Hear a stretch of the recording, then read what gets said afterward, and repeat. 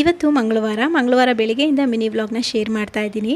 ಮನೇಲಿ ಹಾಲೆಲ್ಲ ಹಾಗೆ ಉಳ್ಕೊಂಡ್ಬಿಟ್ಟಿತ್ತು. ಇನ್ನು ನಾವು ಬುಧವಾರ ಊರಿಗೆ ಹೋಗೋದ್ರಿಂದ ಮನೇಲಿರುವಂತಹ ಹಾಲೆಲ್ಲ ವೇಸ್ಟ್ ಆಗಿಬಿಡುತ್ತೆ ಅಂತ ಅದರಲ್ಲಿ ಕುಲ್ಫಿ ಮಾಡ್ಕೊಳ್ಳೋಣ ಅಂತ ಮಾಡ್ಕೊಳ್ತಾ ಇದ್ದೀನಿ. ಹಾಲನ್ನು ಬಿಸಿ ಆಗೋದಕ್ಕಿಟ್ಟು ಸ್ವಲ್ಪ ಕೇಸರಿ ಹಾಗೆ ಏಲಕ್ಕಿ ಪುಡಿ, ಡ್ರೈ ಫ್ರೂಟ್, ಸಕ್ಕರೆ ಇದನ್ನೆಲ್ಲ ಹಾಕಿ ಚೆನ್ನಾಗಿ ಮಿಕ್ಸ್ ಮಾಡಿಕೊಂಡು ಗಟ್ಟಿ ಆದಮೇಲೆ ಇದನ್ನು ಈ ರೀತಿ ಕುಲ್ಫಿ ಮೌಲ್ಡ್ಗೆ ಹಾಕೊಬೇಕು. ಕುಲ್ಫಿ ಮೌಲ್ಡ್ಗೆ ಹಾಕ್ಕೊಂಡು ಇದನ್ನು ಫ್ರಿಜ್ಜಲ್ಲಿ ಸೆಟ್ ಆಗೋದಕ್ಕೆ ಇಟ್ಟಿದ್ದೀನಿ. ಅಷ್ಟರಲ್ಲಿ ಬೆಳಿಗ್ಗೆ ತಿಂಡಿಗೆ ಇವತ್ತು ಶಾವಿಗೆ ಉಪ್ಪಿಟ್ಟನ್ನ ಮಾಡ್ಕೊಳ್ಳೋಣ ಅಂತ ಮಾಡ್ಕೊಳ್ತಾ ಇದ್ದೆ. ಮಕ್ಕಳಿಗೆಲ್ಲ ಸಮ್ಮರ್ ಹಾಲಿಡೇಸ್ ಇರೋದ್ರಿಂದ ಇನ್ನು ಊರಿಗೆ ಹೋಗ್ಬಿಟ್ರೆ ಬರೋದು 1-1.5 ತಿಂಗಳಾಗ್ಬಿಡುತ್ತೆ. ಅದಕ್ಕೋಸ್ಕರ ಮನೇಲಿ ಯಾವುದೇ ರೀತಿಯಾದ ತರಕಾರಿ ಸೊಪ್ಪುಗಳನ್ನೆಲ್ಲ ಏನೂ ತಂದಿಟ್ಕೊಂಡಿರಲಿಲ್ಲ.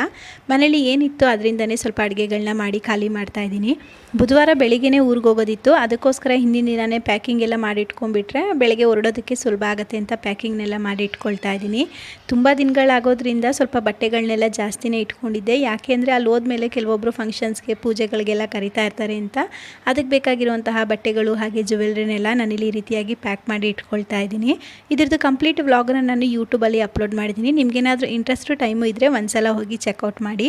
ಈ ಕೆಲಸಗಳನ್ನೆಲ್ಲ ಮಾಡಿ ಮುಗಿಸೋಷ್ಟರಲ್ಲಿ ಸಂಜೆ 7 ಗಂಟೆ ಆಗಿತ್ತು. ಅಷ್ಟರಲ್ಲಿ ಕುಲ್ಫಿ ಸೆಟ್ ಆಗಿದೆಯಾ ಅಂತ ಚೆಕ್ ಮಾಡೋಣ ಅಂತ ಅಂದರೆ ಕುಲ್ಫಿನೂ ಸಹ ಚೆನ್ನಾಗಿ ಸೆಟ್ಟಾಗಿ ಮಟ್ಕ ಕುಲ್ಫಿನೂ ಸಹ ಇದ್ರ ಜೊತೆಗೆ ಮಾಡ್ಕೊಂಡಿದ್ದೆ.